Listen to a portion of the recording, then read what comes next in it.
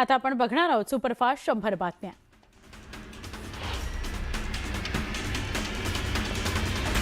सोलापूर शहरामध्ये मुसळधार पावसाने हजेरी लावली। अचानक आलेल्या पावसामुळे नागरिकांची चांगलीच तारांबळ उडाली, तर उष्णतेपासून मात्र नागरिकांना दिलासा मिळाला।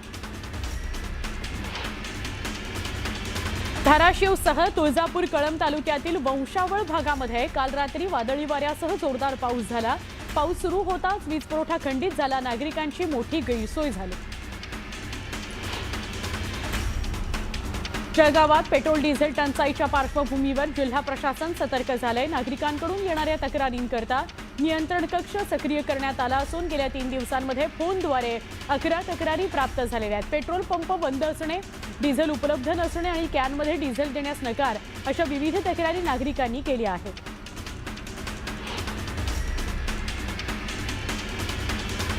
छत्रपती संभाजीनगर शहरातील पेट्रोल आणि डिझेल साठ्याची आकडेवारी प्रशासनाने जाहीर केली। शहरात सध्या पेट्रोलचा एकूण साठा 23,18,000 लिटरचा आहे, तर डिझेलचा एकूण साठा 24,45,000 लिटर इतका आहे। धाराशिवमध्ये इंधनाचा पुरेसा साठा शिल्लक असल्याची माहिती धाराशिवचे जिल्हाधिकारी डॉक्टर कीर्तिकिरण पुजार यांनी दिली आहे। खरीप हंगामाकरता कॅनवरील बंदीबाबत सकारात्मक निर्णय येत्या 1 ते 2 दिवसांमध्ये घेणार असल्याची माहिती त्यांनी दिली आहे। जळगाव जिल्ह्यामध्ये पेट्रोल आणि डिझेल टंचाईची परिस्थिती दिवसेंदिवस गंभीर बनत चाललेली आहे। आता या मुद्द्यावरून विरोधी पक्षही आक्रमक झालेत, त्यामुळे विरोधी पक्षांनी आंदोलनाचा पवित्रा घेतला असून धरणगाव शहरामध्ये शिवसेना ठाकरे गटानं पेट्रोल डिझेल टंचाईच्या निषेधार्थ तीव्र आंदोलन केलं। राज्य आणि केंद्र सरकार विरोधात जोरदार घोषणाबाजी केली। बीड जिल्ह्यातील केज तालुक्यामध्ये अवकाळी पावसानं एका शेतकऱ्याचा जीव घेतला। सोनी जवळा इथं वादळी पाऊस आणि विजेच्या कडकडाटामध्ये दिगंबर भीमराव ससाणे या 45 वर्षाच्या शेतकऱ्याचा दुर्दैवी मृत्यू झाला।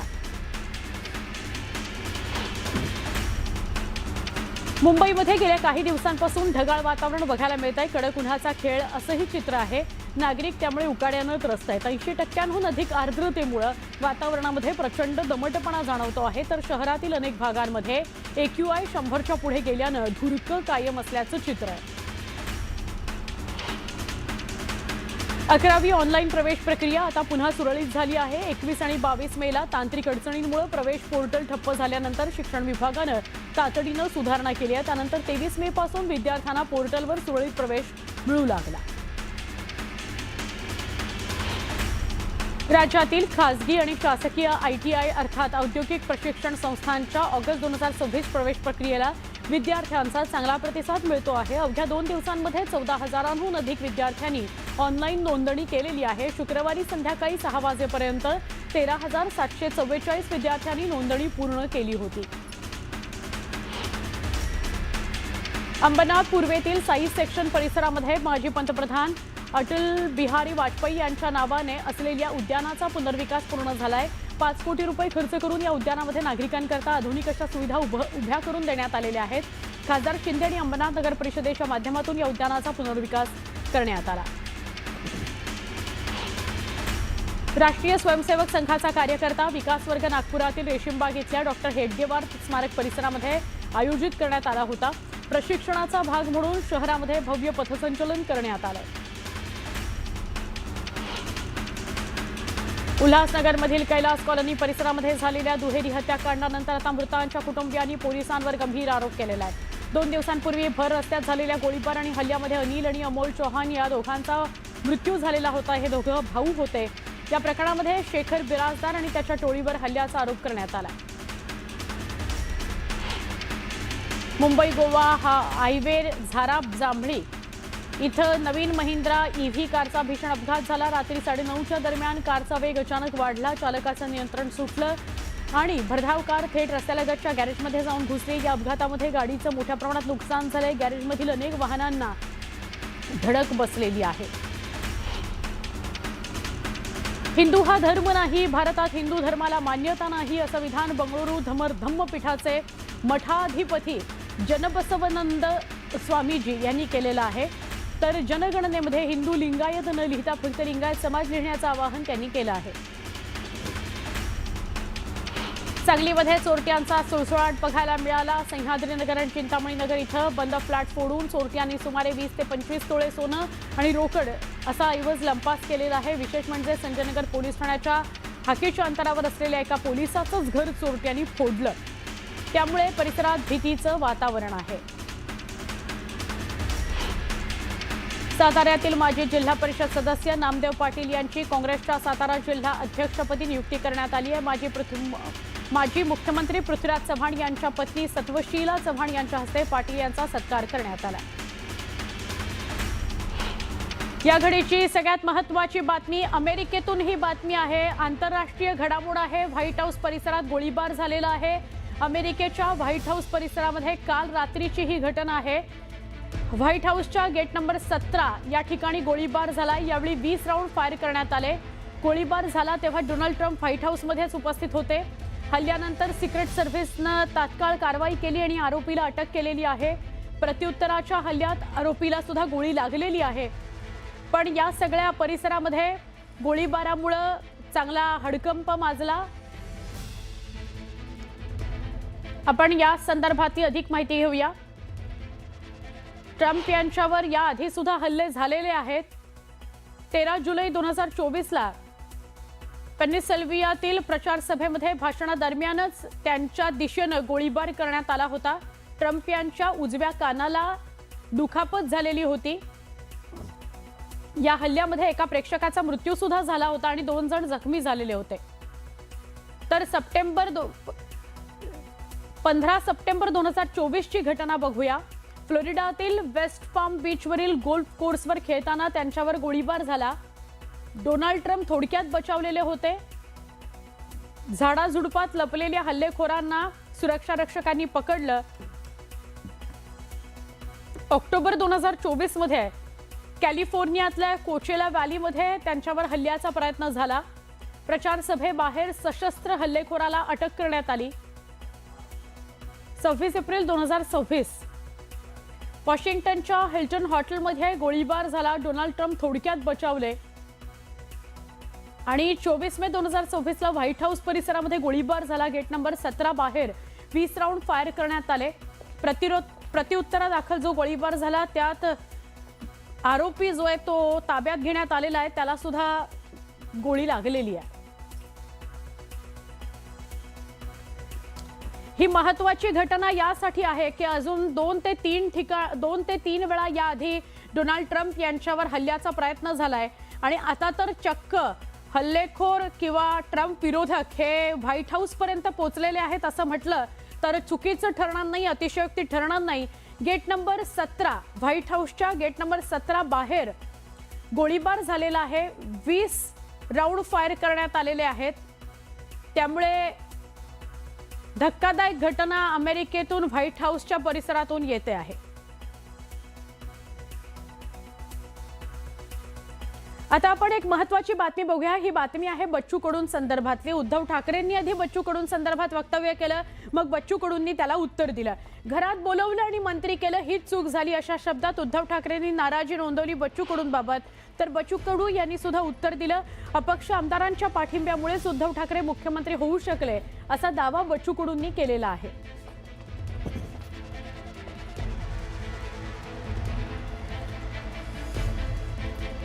हा विषय होता बच्चू कडूंनी शिंदे शिवसेना जॉईन केली या संदर्भातला आणि त्यावरून उद्धव ठाकरेंनी टीका केली। उद्धव ठाकरे म्हणाले की त्यांना घरी बोलवून मंत्रिपद दिलं, त्यांना घरी बोलवून सोबत ठेवलं, हाच माझा चुकीचा निर्णय होता। त्याच्यावर बच्चू कडूंनी सुद्धा उत्तर दिलेलं आहे की उद्धव ठाकरेंनी हे विसरू नये की अपक्षांमुळेच ते मुख्यमंत्री होऊ शकले।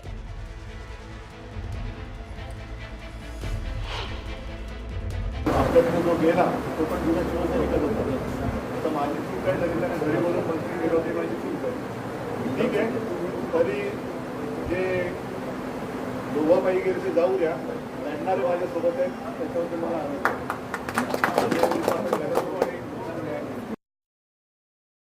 तेव्हा उद्धव साहेब असे म्हणायचे का तुम्ही अपक्षाने जर मला बाजूने उभं केलं तर माझी मुख्यमंत्र्याची जे पद आहे ते मजबूत होऊ शकतं। तर आमचे शिवसेनेचे आणि तुमचे अपक्ष जाऊन भिडले तर माझी संख्या मोठी होतं आणि आमची दावेदारी वाढतं। आता हा चांगला विचार करून आम्ही त्यांना घरी जाऊन पाठिंबा दिला आणि पहिले मुख्यमंत्री होते का नंतर मंत्री होते हे उद्धव साहेबांना सांगावं. आता आपण बघूयात सुपरफास्ट 100.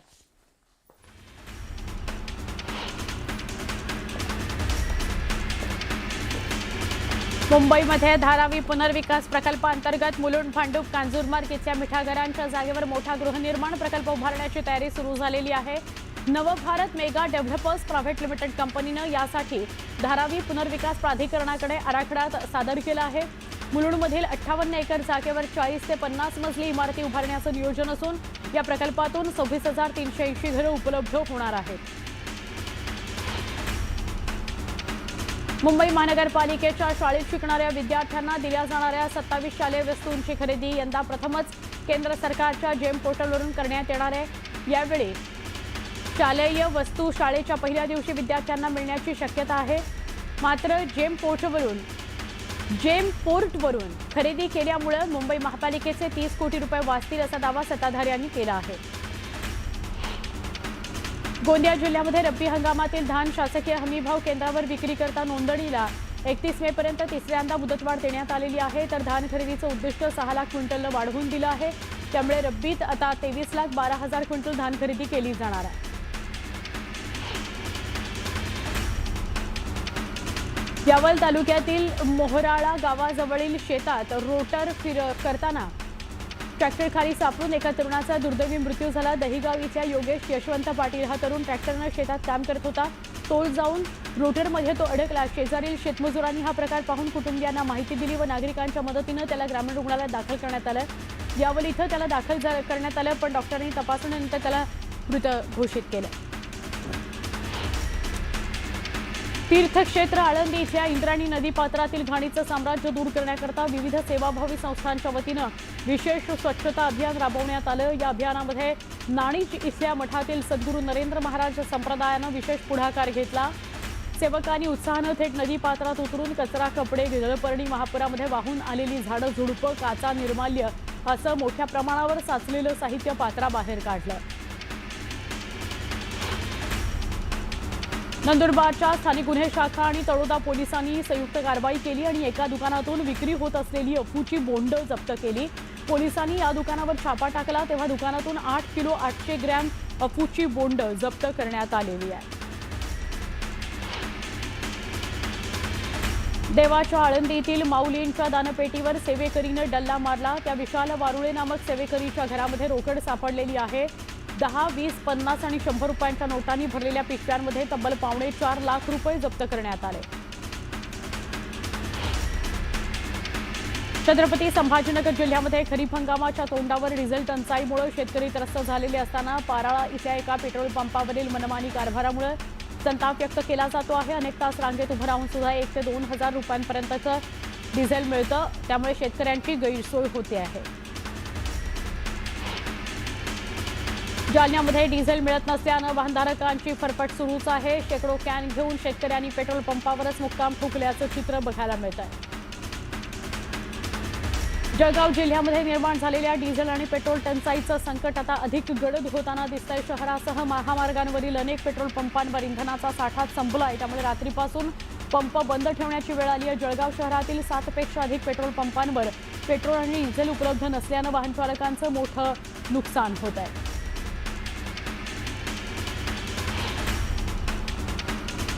आता ठाणे जिल्ह्याची चिंता वाढवणारी बातमी आहे. बदलापूर जवळच्या बारवी धरणामध्ये 33% इतका पाणीसाठा शिल्लक आहे. त्यामुळे धरणांमधील उपलब्ध पाणीसाठ्याचं जून अखेरपर्यंत पर्यायानं पाऊस येईपर्यंत MIDC आणि पाटबंधारे विभागाला नियोजन करावं लागणार आहे. गेल्या वर्षीच्या तुलनेमध्ये यंदा बारवी धरणाच्या पाणीसाठ्यामध्ये घट झाली आहे. त्यामुळे पाणी कपात केली जाण्याची शक्यता आहे.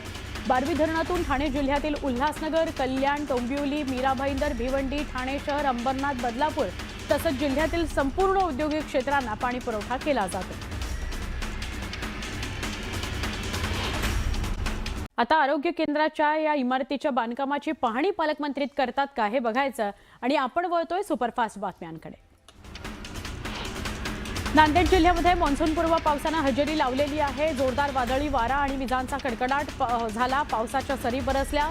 नांदेड शहरासह भोकर, मुदखेड, लोहा, कंधार, मुखेड, देगलूर या भागामध्ये पाऊस झाला. हिंगोलीच्या औंढा नागनाथ शहरामध्ये पावसाने हजेरी लावली. सोसाट्याच्या वाऱ्यासह जवळपास अर्धा ते पाऊण तास पाऊस बरसला. या पावसामुळे वातावरणात गारवा निर्माण झाला. उकाड्यापासून त्रस्त झालेल्या नागरिकांना दिलासा मिळाला. परभणी शहर आणि परिसरामध्ये मुसळधार पावसाने हजेरी लावली. मान्सूनपूर्व पावसामुळे वाढलेल्या तापमानापासून नागरिकांना काही प्रमाणात दिलासा मिळाला. वादळी वाऱ्यामुळे काही ठिकाणी डिजिटल बोर्ड्स, झाडाच्या फांद्या देखील कोसळल्याची घटना घडली आहे. बीड जिल्ह्यामध्ये मान्सूनपूर्व पावसानं जोरदार हजेरी लावली. शिरूर, कासार, पाटोदा, बीड आणि केज या तालुक्यामध्ये वादळी वाऱ्यासह मुसळधार पाऊस झाला. पाटोदा तालुक्यातील दासखेड आणि पिठ्ठी या परिसरामध्ये फळबागांचं नुकसान झालं, तर अनेक ठिकाणी घरांवरील पत्रे उडाले, झाडंही कोसळली. जालना जिल्ह्याच्या घनसावंगी तालुक्यामध्ये वादळी वाऱ्यासह जोरदार पाऊस झाला. अचानक आलेल्या पावसामुळे नागरिकांची मोठी धावपळ उडाली. दरम्यान या पावसामुळे रस्त्यासह शेतशिवारामध्ये पाणी साचलं. शिरूर तालुक्यातील शिंदोडी परिसरामध्ये झालेल्या वादळी वाऱ्यासह मुसळधार पाऊस झाला. शेतकरी रामदास फडके यांच्या शेतातील 100 केव्हीचे विद्युत रोहित्र कोसळले. सुदैवानं त्यावेळी परिसरामध्ये शेतकरी आणि मजूर नसल्यानं कोणताही अनुचित प्रकार घडला नाही. घटनेनंतर परिसरातील नागरिकांमध्ये भीतीचं वातावरण होतं. विद्युत पुरवठाही विस्कळीत झाला होता. येवला तालुक्यातील देवळाणे या परिसरामध्ये कांदा पावसात भिजला, खराब झाला, तर बोगटेक या भागामध्ये वादळामुळे 2 एकरावरील केळीची बाग भुईसपाट झाली. या नैसर्गिक आपत्तीमुळे शेतकऱ्यांचं लाखो रुपयांचं नुकसान झालं. नुकसान भरपाई देण्याची शेतकऱ्यांनी मागणी केलेली आहे. उत्तर पुणे जिल्ह्यामध्ये पावसासह वादळी वाऱ्यानं धुमाकूळ घातला. वादळी वाऱ्यामुळे अनेक घरांची छपरं उडून गेली. आंबेगाव तालुक्यातील लाखनगाव इथं वादळी वाऱ्याच्या तडाख्यानं गाई बैलांचा गोठा कोसळल्यानं त्याखाली अडकलेल्या जनावरांना गंभीर दुखापत झाली. या घटनेमुळे शेतकऱ्याचं मोठं आर्थिक नुकसान झालंय. बळीराजा हतबल झालाय.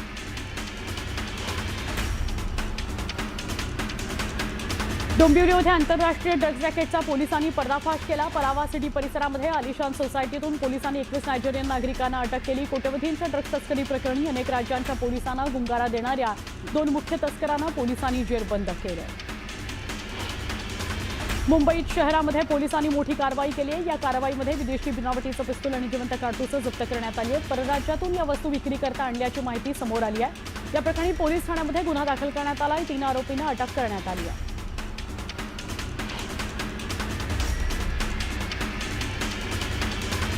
पुण्यातील हिंजवडी आयटी हबमधील फलाहार या रेस्टॉरंटमध्ये ग्राहकानं मागवलेल्या पावभाजीसोबत दिलेल्या काकडीच्या स्लाईसमध्ये चक्क जिवंत किडा आढळला.